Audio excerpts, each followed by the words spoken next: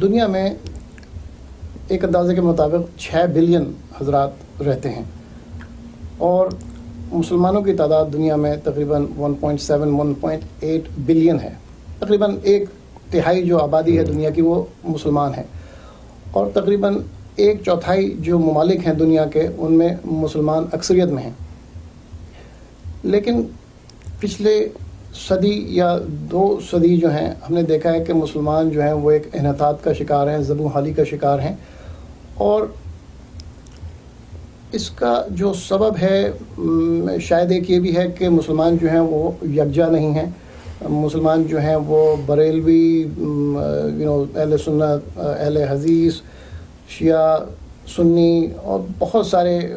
علامہ اقبال کا ایک شعر ذہن میں آتا ہے کہ یوں تو سید بھی ہو، مرزا بھی ہو، افغان بھی ہو، تم سبھی کچھ ہو، بتاؤ کہ مسلمان بھی ہو. کیا یہ وجہ ہے مسلمانوں کے انحطاط کی؟ کیا یہ علماء کے اس کا قصور کیا علماء ہیں یا حکمراں ہیں یا بیرونی عناصر ہیں؟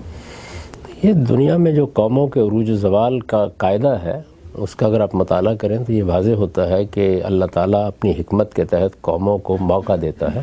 وہ دنیا کے اسٹیج پر نمودار ہوتی ہیں، اپنا کردار ادا کرتی ہیں. اگر وہ علم اور اخلاق کے لحاظ سے برتری پیدا کر لیں تو اپنے منصب پر قائم رہتی ہیں. اگر علم اور اخلاق کے لحاظ سے پستی میں گر جائیں تو لازماً مٹا دی جاتی ہیں. یہ ایک غیر متبدل قانون ہے، یہ ہمیشہ سے چلا آ رہا ہے. تو میرے نزدیک جو بنیادی وجہ ہے وہ یہی ہے، یعنی مسلمان علم میں پچھڑ گئے ہیں، بہت پیچھے رہ گئے ہیں. پچھلے 500 سال سے اگر آپ دیکھیں تو مسلمان قوموں کا علم میں کوئی خاص کنٹریبیوشن نہیں ہے. یعنی دنیا میں جو کچھ یافس کی اولاد نے یا مغربی قوموں نے دنیا کو دیا ہے وہی ہے جس سے ہم سب فائدہ اٹھا رہے ہیں.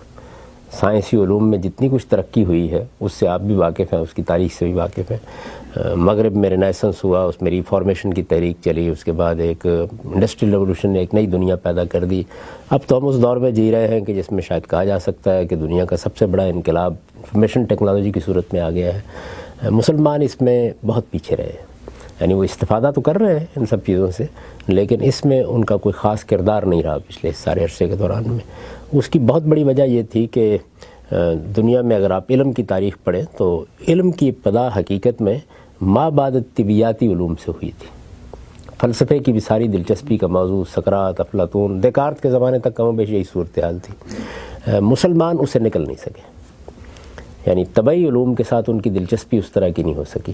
ان کے ہاں آج بھی اگر آپ دیکھیں تو پچھلی صدی میں بھی جو بڑے بڑے لوگ آپ کو نظر آئیں گے یا وہ تصوف سے متعلق ہوں گے یا فلسفے سے متعلق ہوں گے. ہمارے ہاں جو آخری بڑے آدمی سمجھے جاتے ہیں وہ علامہ اقبال ہیں.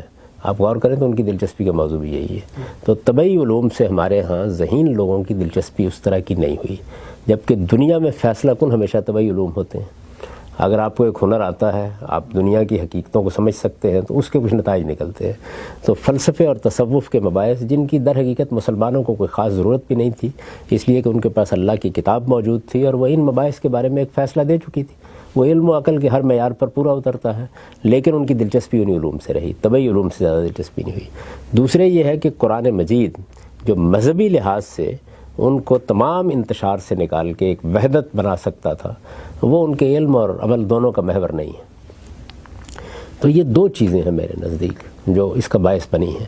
اس کا ایک لازمی نتیجہ یہ نکلا کہ وہ اخلاقی لحاظ سے بہت پست ہو گئے ہیں.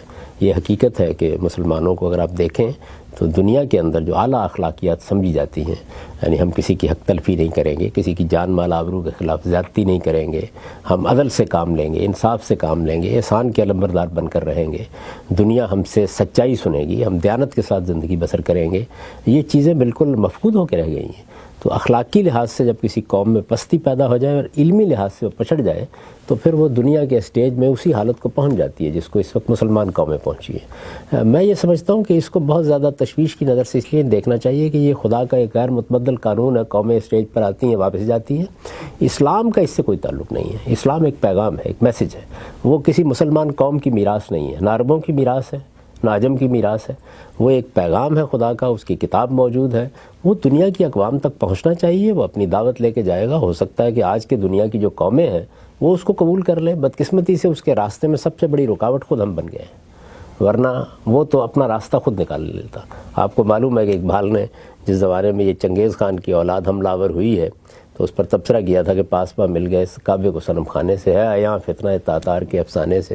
تو آپ نے دیکھا کہ وہی ترک جو تاخت و تاراج کرنے کے لیے آئے تھے، جنہوں نے بغداد کے آخری خلیفہ کو ٹاٹ میں باندھ دیا تھا، وہی مسلمانوں کی امیدوں کا مرکز بن گئے.